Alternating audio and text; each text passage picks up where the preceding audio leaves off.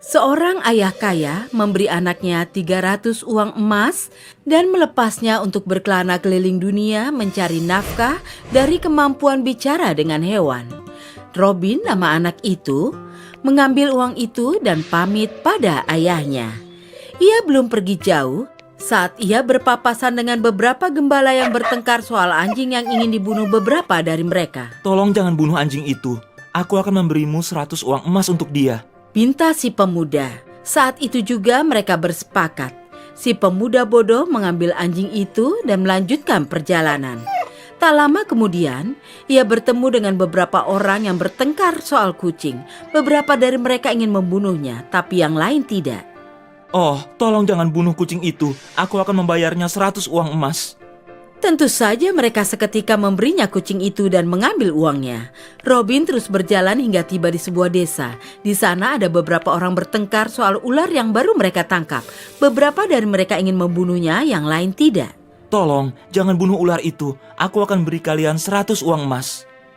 Tentu saja mereka setuju dan amat senang. Setelah menjadi majikan seekor ular, anjing, dan kucing, Robin pulang. Dasar, kau payah! Teriak sang ayah saat mendengar anaknya menghamburkan uang yang diberikan padanya. Pergi, tinggal di kandang dan sesali perbuatanmu. Jangan pernah lagi masuk ke rumahku. Jadi si pemuda tinggal di kandang. Teman-temannya adalah si anjing, si kucing, dan si ular. Ketiga hewan itu jadi sayang padanya. Suatu hari, dalam percakapan si ular berkata pada majikannya, Aku adalah putra Raja Basilisk. Suatu hari aku keluar dari dalam tanah untuk minum. Beberapa orang menangkapku dan hampir membunuhku. Untung saja kau datang menyelamatkanku. Ayahku pasti akan senang melihat putranya diselamatkan. Di mana dia tinggal? Aku ingin bertemu dengannya. Bagus. Apa kau tahu Gunung Olympus? Di kaki gunung itu ada sumur mata air suci.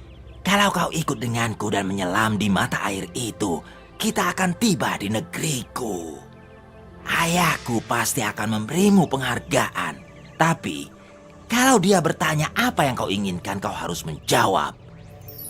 Cincin di tanganmu dan sendok juga panci ajaibmu. Kalau itu semua jadi milikmu, kau tidak akan kekurangan apapun. Karena itu adalah cincin ajaib. Kau tinggal bicara pada cincin itu, maka istana beserta perabotannya akan tersedia untukmu. Juga panci dan sendok itu akan menyediakan segala macam makanan paling langka dan lezat. Ditemani ketiga hewan kawannya, si pria berjalan ke sumur itu dan bersiap untuk terjun, sesuai petunjuk si ular. Ia menyuruh anjing dan kucingnya tinggal menjaga pintu masuk. Si pemuda dan si ular tiba dengan selamat di tempat tujuan, dan berita kedatangan mereka disampaikan pada Raja Basilis. Lalu sang raja memeluk anaknya dan menyambut menerima si orang asing itu di kerajaannya. Selamat datang di negeri ular, anak muda. Kau telah menyelamatkan nyawa anakku, dan aku berterima kasih. Kini terserah kau, mintalah apapun dan aku akan memberikannya padamu. Terima kasih, Baginda. Tapi aku tidak ingin meminta imbalan apapun. Sudah kewajiban untuk menyelamatkan siapapun yang sedang dalam kesulitan. Kau tidak hanya baik hati, tapi juga tulus.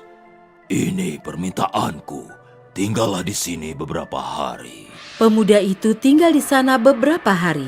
Selama itu, ia menerima cincin di tangan kanan raja, juga panci dan sendok ajaib, sebagai tanda terima kasih raja padanya karena telah menyelamatkan anaknya. Ia lalu kembali.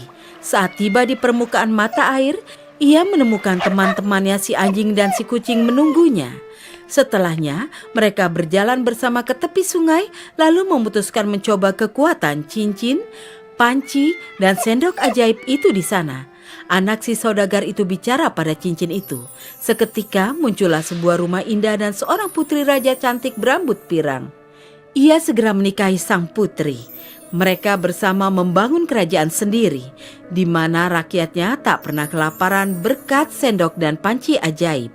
Berkali-kali ia menggunakan cincin ajaib itu dan membantu rakyat negerinya. Dan mereka hidup bahagia sampai akhir hayat.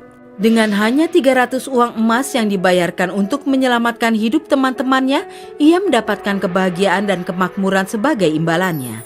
Jadi anak-anak, hikmah dari kisah ini adalah perbuatan baik selalu mendapat imbalan yang baik pula. Selesai.